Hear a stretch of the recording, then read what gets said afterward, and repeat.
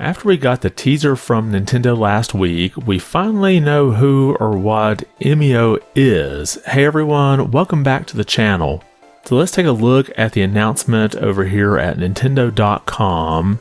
Emio the Smiling Man Famicom Detective Club launches August 29th on Nintendo Switch.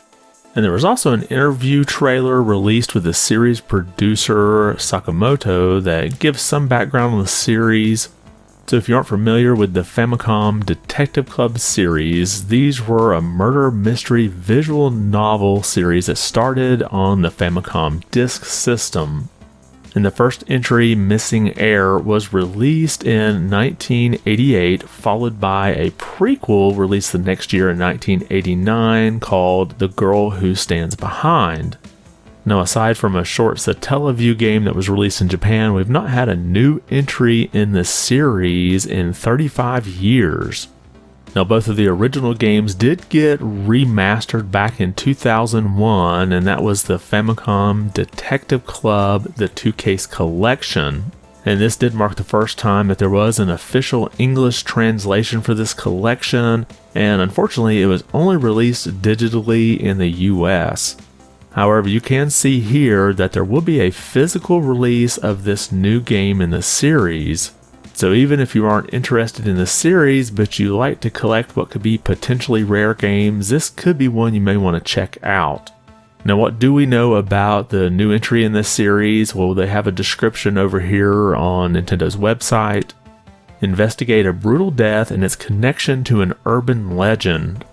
A student has been found dead. His head was covered with a paper bag with an eerie smiling face drawn on it, much like the victims of Emio, a Smiling Man, a killer of urban legend who is said to place such a bag over his victims' heads.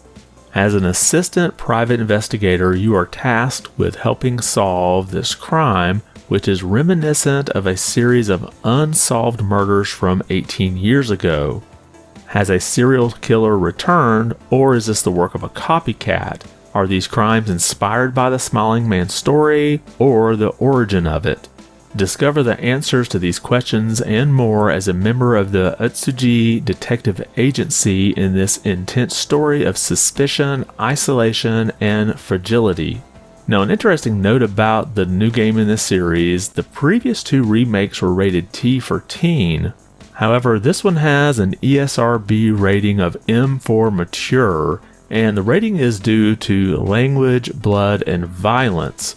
So it's interesting here that Nintendo didn't shoot for that teen rating. Since this is a visual novel, it seems like that might be more of the demographic. And I have seen some talk about the rarity of Nintendo releasing mature rated games.